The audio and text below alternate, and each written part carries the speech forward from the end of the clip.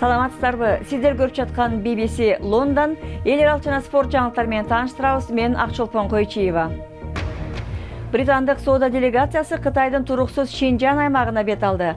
Адам укуктары маселеси козголор бекен. Рим папасы Франсис Америкага алгачкы иш сапары менен барды. Президент Обама менен жолугууга келген Франсисти эл жылуу тосуп алды.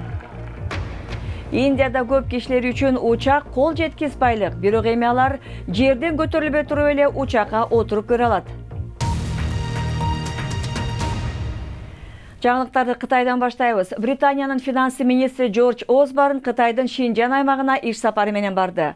Ал мусулман уйгурлардын абалы кабатырлануу жаратып келген аймакка иш сапарлап келген биринчи батыш жетекчиси. Джордж Осборн Шинжан менен сооданы жандантуу максатын көздөрүн, бирок ыңгайы келсе адам укуктары жагдайын дагы козгой тургандыгын айтты. Текшерүү пункттары орнотулган, жаштарды көчөдө токтотуп тинтиген Шинжанга соода делегациясы барбайт деп ойлойсуң. Кытайдын батышындагы алыскы аймакта тили жана маданияты түрктөргө жакын келген мусулман уйгурлар жашайт. Бул жердеги дыккат кайтарылган түрмөлөр сепаратизм же терроризм менен айыпталып камалган туткундарга толгон. Окмуштуу Илхам Тохти Кытайдын Шинжандагы саясатын бир аз сындаганы үчүн өмүр бою абакка кесилгени эл аралык нааразылык жараткан. Британ канцлеринин Шинжанга келиши Кытайдын репрессивдүү бийликтерин колдоого жатат деген сынга кабылды. Убактысында ыңгайсыз учурга туш болду. Осборндун соода делегациясы Илхам Тохтинин камалышына даана 1 жыл болгондо келип олтурат. Кызы Жоха Илхам АКШда окуйт. Ал Джордж Осборнго жолугуп атасы жөнүндө маселени көтөргүсү келет. Британ саясатчылары Кытай бийликтерине Илхам Тохти террорчу эмес экенин айтса дейм. Ага кишени салып, уруп сабап, ачка кармашкан. Атам абдан кыйналганын айтышса экен. Кытай исламдык экстремизм уйгурларга шыкак берет деп эсептейт. Анын айынан соңку жылдары жүздөгөн бейкүнөө адам набыт болду. Жаштарга узун сакал өстүрүүгө жана өкмөттүк кызматкерлерге мечитке барууга тыюу салынган. Британ өкмөтү жеке сүйлөшүүдө адам укуктары боюнча маселени көтөрөбүз дейт. Бирок эл алдында сүйлөшүүлөр эки өлкөнүн, анын ичинде Шинжан аймагы менен тыгызыраак кызматташуу жөнүндө болот. АКШга иш сапарынын алгачкы күнүндө Рим папасы Франсис тарыхтын чечүүчү учуру келгенин айтып, климатты коргоо аракеттерин улантууга чакырды. Ак үйгө келген Рим папасын миңдеген кишилер кызуу тосуп алышты. Ал Америкада 6 күн жүрүп, Конгрессте сөз менен чыгат. Папа Франсис Америкага биринчи жолу келди. Ага сый урмат көрсөтүп, адемдүү чараларды уюштуруу комитетинин башында президент өзү турат.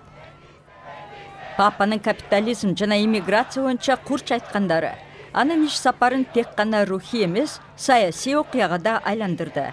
Ал футболка, муздаткычка чаптаган магнит, жада калса оюнчук папа соткаларын сатып алганы элдин бүйүрүн кызытты.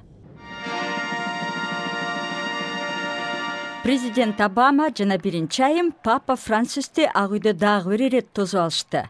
Папа адаттагы унаасына түшпөй бул жолу аземге Фиат унаасы менен келди.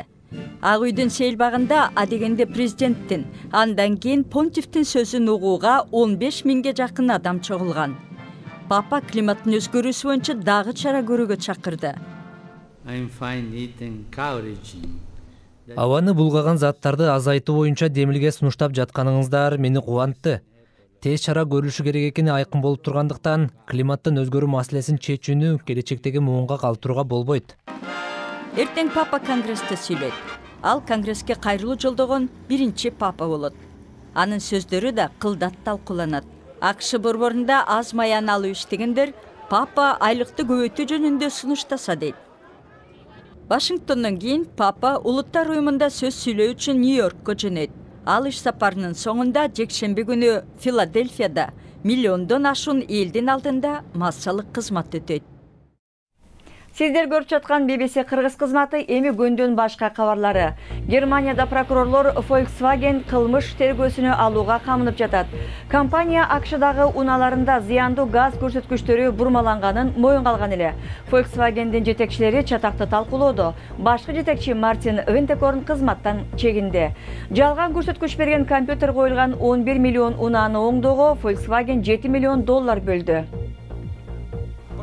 Косовонун премьер-министри Иса Мустафа оппозициячыл маанайдагы депутаттардын адаттан тышкары чабуулуна туш келди. Депутаттар жумуртка ыргыта баштаганда премьер сөзүн токтотууга мажбур болгон. Депутаттар Сербия менен сүйлөшүү жөнүндө Евро биримдиктин сурушуна каршы чыгышкан.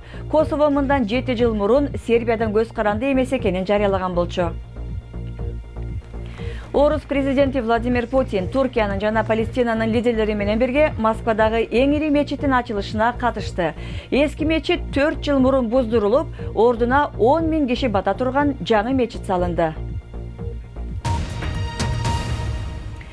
Индиянын ичинде аба каттамдары көбөйгөнү менен калың катмар үчүн бул кол жетпеген нерсе бойдон калып келет.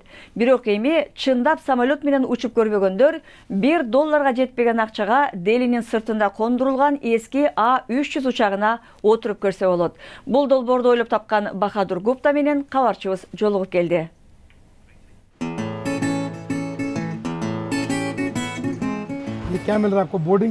Мен Харьянадагы кичинекей айылда өскөм. Чоңгондо инженер болуп, Индиянын аба жолдору компаниясына орноштум. Айылдаштарым учакты жакындан көргүлөрү келген. Бирок аэродромго кирүүгө болбойт. Жердештериме учакты кантип көрсөтсөм деп ойлочумун. Аңгыча бул учакты сатып алууга мүмкүн болду. Ошентип мен колунда жок кишилерге учактын ичин көрсөтө баштадым. Айылдаштарым баары келип көрүп кетти. Пилоттун кабинасын, жүргүнчүлөр олтурган жерин көрсөтүп, элге печенье таратып берчүмүн. Бара-бара бул жерде көптөгөн тренингдер да өтө баштап, биз атайын программада түзүп койдук. Учакты жакындан көрө элек кишилер булуна кантип учарын билгиси келет. Абдан кызыгышат. Бирок учак менен жүрүүгө акчасы жок. Өлкөбүздө жакычылык да эле көп. Элдин 80% самолетко билет алууну түшүндө да көрө албайт. Мен аэропорттун жанында жашайм. Асмандагы учактарды тамшанып карап калчумун. Эми болсо биринчи жолу учактын ичинде турам. Укмуш экен. Эми биз самолеттун кантип учаарын билип, анын ичине түшүп көргөнүбүздү да айта жүрөбүз. Ар бир киши пилот болуп, учак менен асманга көтөрүлсөм деп кыялданат. Ал кыял ушул жерден башталат. Бүгүнкү спорт жаңылыктарын регбиден баштайлы. Шотландия Жапониянын дүйнөлүк чемпионатка болгон үмүтүн жокко чыгарды окшойт. Алар 45-10 эсебинде утуп алышты. Жапон командасы чемпионаттагы биринчи оюнунда Түштүк Африканы жеңип, күйөрмандарын шыктандырган эле. Ошондой эле бүгүн Австралия менен Фиджи, Франция менен Румыния командалары таймашат. Футболдо Бавария клубундагы Роберт Левандовский кече рекорд койду.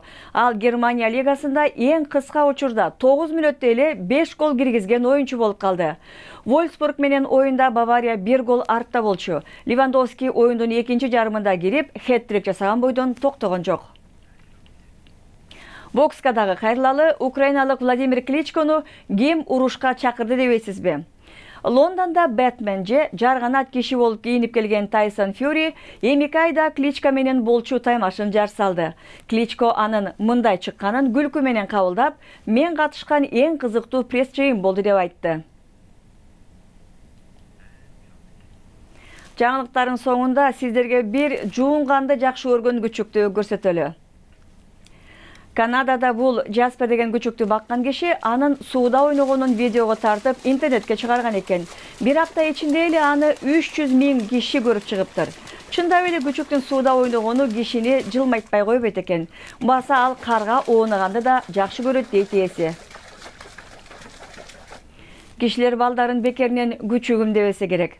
Бүгүнкү радиосту интернеттен уксаңар, Москвада Путин чоң мечит ачканы, ошондой эле Кыргызстандагы мамлекеттик тил күнү жөнүндө кызыктуу баяндамалар бар. BBC жаңылыктарын Facebook, Twitter жана YouTube'тан дагы таба аласыздар. Ал үчүн бизди BBC Кыргыз деп издеш керек. Берүүбүздү ушуну менен жыйынтыктайбыз. Аны алып барган Акчылпон Койчиева. Эмесе саламатта болуңуздар.